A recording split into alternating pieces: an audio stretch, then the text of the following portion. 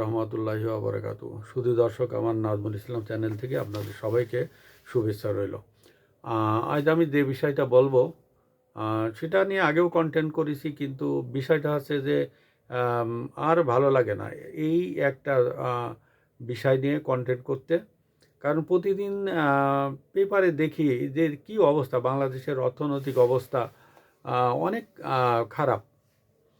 এবং বর্তমান সরকারের আমলে মানুষ যতটা টের পাচ্ছে, আগামী যে নির্বাচিত সরকার আসবে তারা এলে মানুষ বুঝতে পারবে যে দেশের অর্থনীতিটা কী অবস্থা হয়ে দাঁড়াইছে।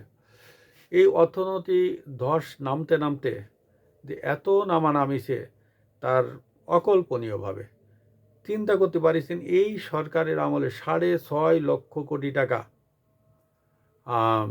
ঋণ খেলাপি, যেটাকে প্রায় এই 6.5 লক্ষ কোটি টাকায় প্রায় $100 বিলিয়ন কাছাকাছি হয়। আমাদের ব্যাংকগুলো ইতিমধ্যে 6টা ব্যাংক সরকার বন্ধ করে দিয়েছে এই সরকার এসে। কারণ ব্যাংকগুলোর অর্থনৈতিক অবস্থা খুবই খারাপ এবং সরকার কোনোভাবেই এই ব্যাংকগুলোকে তারা রাখেনি। কারণ কোনো নির্বাচিত সরকার থাকলে এই 6টা ব্যাংকের প্রচুর কর্মকর্তা কর্মচারীরা আছে, তারা কিন্তু অলরেডি বেকার হয়ে গেছে। এবং টাকা ছাপাই হোক, বৈদেশিক ঋণ নিয়ে হোক, তার ব্যাংকগুলো কিন্তু মোটামুটি একটা সচল রাখত। এই যে মানুষগুলো বেকার হয়ে গেছে, এই মানুষগুলোর অবস্থা কী হবে, তাদের সংসারের অবস্থা কী হবে।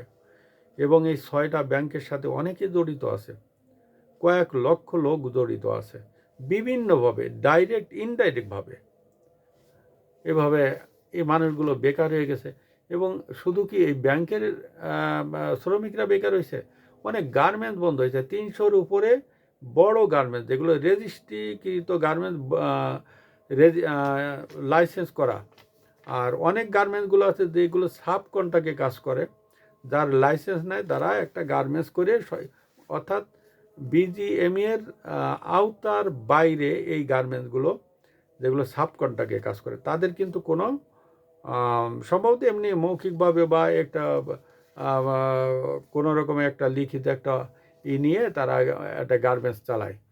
তারা ওই বড় গার্মেন্টস থেকে সাব কন্ট্রাক্টে কাজ নিয়ে তারা করে তাদের শ্রমিকদের বেতন দেয়, তারা চলে। অনেক মিল কলকারখানা বন্ধ হয়ে গেছে এবং ব্যাংকের লোন পর্যন্ত এখন বন্ধ করে দিয়েছে সরকার। আর গার্মেন্টসের কয়েক লক্ষ শ্রমিকরা তারা তো বেকার এবং বিনিয়োগ একদম জিরো। বিনিয়োগ আসছে না, কারণ বিদেশিরা একটাই কথা বলতে, নির্বাচিত সরকার এলে আমরা বিনিয়োগ করব। সরকার অবশ্য ক্ষমতায় আসার পরে কয়েক মাস পরে, সম্ভবত গত বছর 2024-এর ডিসেম্বরে একটা বিনিয়োগ সম্মেলন করেছিল। এই বিনিয়োগ সম্মেলনে আমরা অনেক স্বপ্ন দেখেছিলাম, কিন্তু সেই স্বপ্নগুলো আমাদের বাস্তবায়ন হয়নি। তারা বিনিয়োগ করতেছে, পরবর্তীতে আর বিনিয়োগ করেনি। আর বৈদেশিক ঋণ ওই একই অবস্থা বিনিয়োগকারীদের মতন, যে তারা নির্বাচিত সরকার না এলে তারা কোনোভাবে লোন দিবে না। লোন দিল, বরং বিগত আওয়ামী লীগ সরকার $4.5 বিলিয়ন যে লোনটা 4 কিস্তিতে দেওয়ার কথা ছিল, সেই কিস্তি আওয়ামী লীগ সরকার একটা কিস্তি 2টা কিস্তি পেয়েছিল এবং বর্তমান সরকার সেই 4 কিস্তির ভিতরে একটা পাইছিল এবং একটা এখনও আটক অবস্থায় আছে। বিশ্বব্যাংক বলেছে যে এই একটা লোন তারা নির্বাচিত সরকার এলে দিব। এই লোনের যে বাকি যে কিস্তিটা আছে, এটা নির্বাচিত সরকার এলে দিব। আর বাংলাদেশের কাস্টমসের যে আমাদের যে ইনকাম হয় কাস্টমসের দ্বারা, সেই কাস্টমসের অবস্থা খুবই ভয়াবহ। এবং গত 17 মাস আগে যে ইনকামটা হতো কাস্টমসের দ্বারা, তার 3 ভাগের 1 ভাগ হচ্ছে। আমাদের ইনকাম ট্যাক্স একই অবস্থা, ইনকাম ট্যাক্স এখন একদম শূন্যের কোঠার কাছাকাছি আছে, ইনকাম ট্যাক্স পাওয়া যাচ্ছে না। এবং সেখানেও তারা ফ্লপ করছে যারা ইনকাম ট্যাক্স উঠাচ্ছে। আর ভ্যাট একই অবস্থা, ভ্যাট 4/1 ভ্যাট এখন দিচ্ছে, এবং অধিকাংশ কারখানা, গার্মেন্টস এগুলো তো বন্ধ, ভ্যাট কোথায় পাবে? সরকারের লক্ষ্যমাত্রা অর্জিত হচ্ছে না। আর এটা না হওয়ার কারণে সরকার এখন টাকা ছাপানোর দিকে ঝুঁকছে, এবং বৈদেশিক ঋণের জন্য সরকার হন্যে হয়ে ঘুরে ঘুরে বেড়াচ্ছে।